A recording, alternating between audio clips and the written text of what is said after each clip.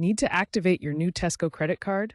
It's a crucial step to start using your card for purchases and unlocking rewards like club card points. Tesco Bank offers three convenient methods: online via their website, through the mobile app, or by phone. As of October 2025, the app and online methods are the fastest and most secure due to enhanced security protocols like multi-factor authentication, often involving biometric verification.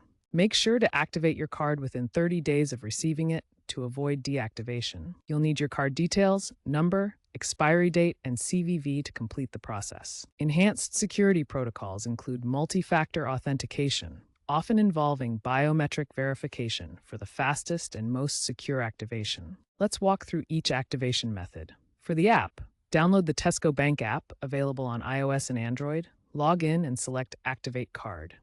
For online activation, visit tescobank.com, log in, go to the Cards section, and follow the activation instructions. To activate by phone, call Tesco Bank customer service at 08800 591 888. Be prepared to provide your card details and answer security questions.